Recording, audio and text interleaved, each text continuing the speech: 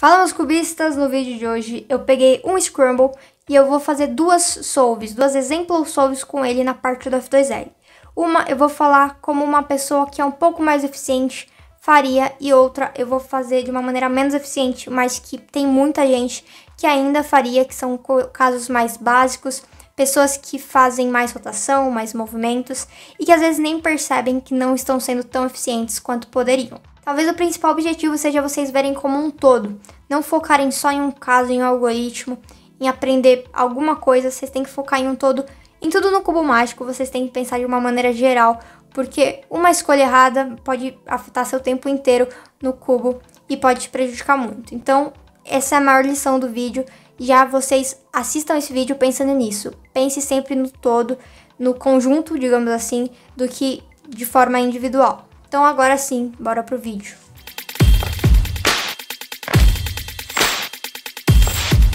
Não se esquece de deixar o like, se inscrever no canal, ativar o sininho e também deixar seu comentário aí embaixo com sugestões ou até dúvidas se vocês tiverem depois desse vídeo. Então bora começar.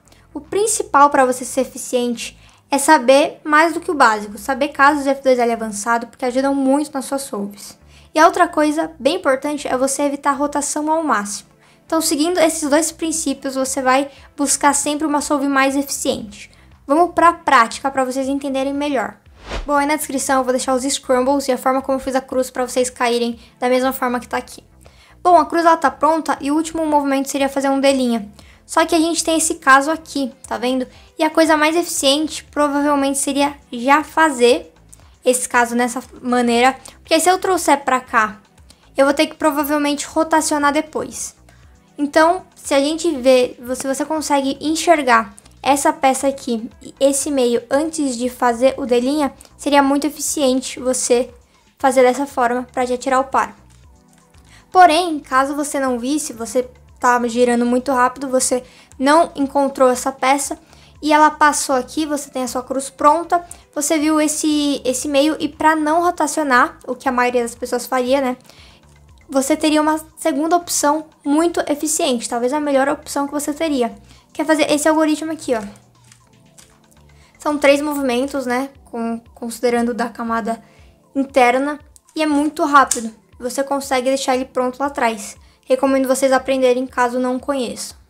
Se você não fizesse da maneira mais eficiente, que realmente seria o mais comum, muitas pessoas fariam isso, é fazer esse caso rotacionando. Então você rotaciona uma vez, faz o pesca e depois encaixa esse par aqui, tá? Então essa seria uma maneira menos eficiente, mas que muita gente com certeza faria. Bom, com isso, com essa posição que você vai estar, provavelmente esse seria o segundo par, porque tá muito fácil de ver. E aí uma coisa muito eficiente, obviamente tem alguns algoritmos muito bons aqui, né? Por exemplo, esse aqui, e depois resolve o pesca, é um algoritmo muito bom para você não fazer rotação. Mas tem uma coisa ainda mais eficiente, que é você fazer um delinha, um pesca e voltar com D. É muito, muito rápido e eficiente, que não tem tantos movimentos. Agora, se você tivesse nesse segundo caso com uma solve não tão eficiente, você estaria nessa posição, provavelmente você não faria rotação, e aí o caso que você faria seria algo do tipo assim, e aí algumas pessoas rotacionariam para encaixar esse par, ou não rotacionariam, encaixariam pela frente mesmo. Nesse caso em específico, dessa posição, se você estivesse segurando dessa posição, eu não acho que seria totalmente ineficiente você fazer isso. Eu acho que seria uma opção boa você fazer isso e encaixar com o sled, tá? Então, eu acho a primeira opção melhor, mas como a primeira opção você estava segurando desse ângulo aqui, né? Tem outros algoritmos. Se você tiver desse ângulo aqui, não tem problema se você fizer isso. Eu acho que é uma boa opção, sim. E eu acho que a maioria das pessoas faria desse jeito mesmo. Bom, aqui obviamente não tem nem o que falar, a gente tem o verde e laranja. E aí, o que algumas pessoas fariam, né, se não fizessem da maneira mais eficiente, é rotacionar. Rotacionar para encaixar, mas se você pode fazer isso sem rotacionar, não existe motivo para você fazer essa rotação desnecessária. Então, o mais eficiente aqui, na minha opinião, seria você fazer dessa forma, que é bem rápido. Até existem outros algoritmos, né, como assim. Enfim, de qualquer forma, você encaixar lá atrás da maneira mais rápida, que pra mim é essa maneira sim. Aqui, considerando uma solve um pouco menos eficiente, imagino que muitas pessoas já rotacionariam tanto pra cá ou pra cá, né? Imagino que pra cá, pra primeiro resolver assim esse caso. Talvez fizessem uma coisa bem ineficiente, que é uma coisa que eu não gosto, mas talvez fizessem, que é rotacionar 2 vezes. Nunca façam isso, isso é extremamente ineficiente, tá? Então, aqui no caso, eu acho que muitas pessoas fariam essa rotação, tirariam e encaixariam atrás, certo? Que digamos que é uma opção interessante para as possibilidades que você tem, mas não é a melhor em questão da solve de uma maneira geral, tá?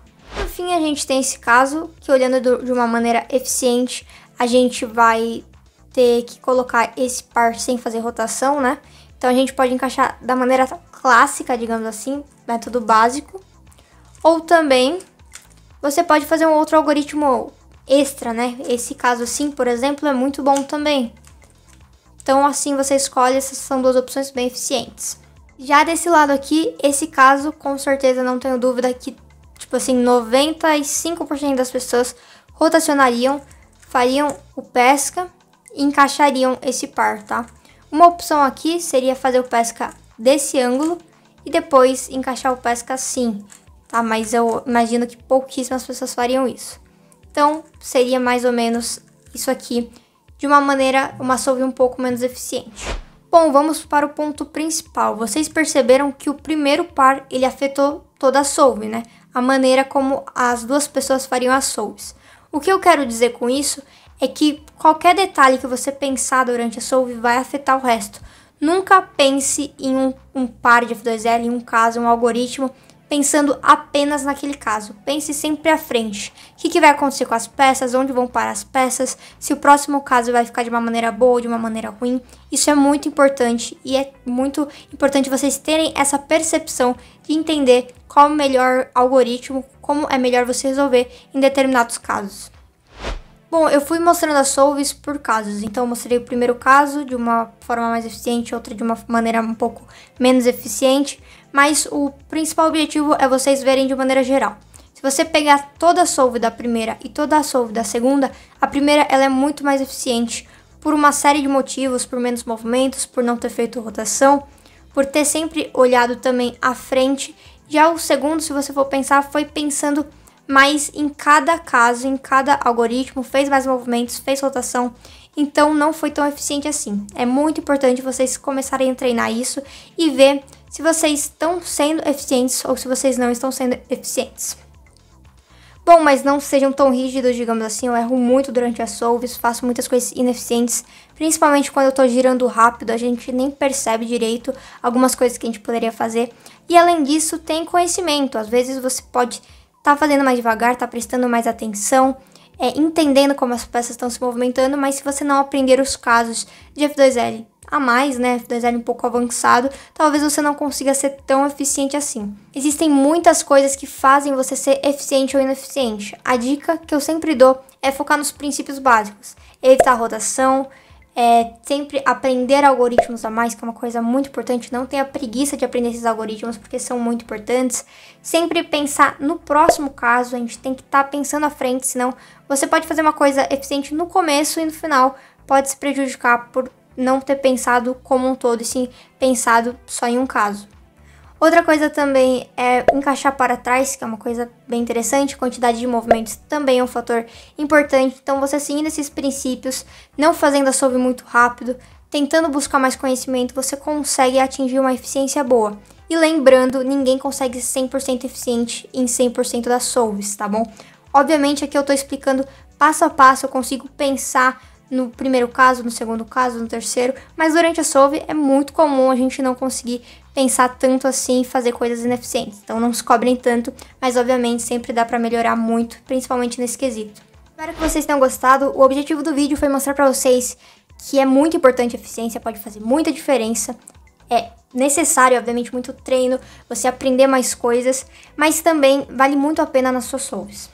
Outra coisa importante é vocês criarem essa percepção de se você está sendo eficiente ou não, porque muita gente acha que é só aprender o Friedrich, os 41 algoritmos de F2L, que já vai estar bom. E na verdade não.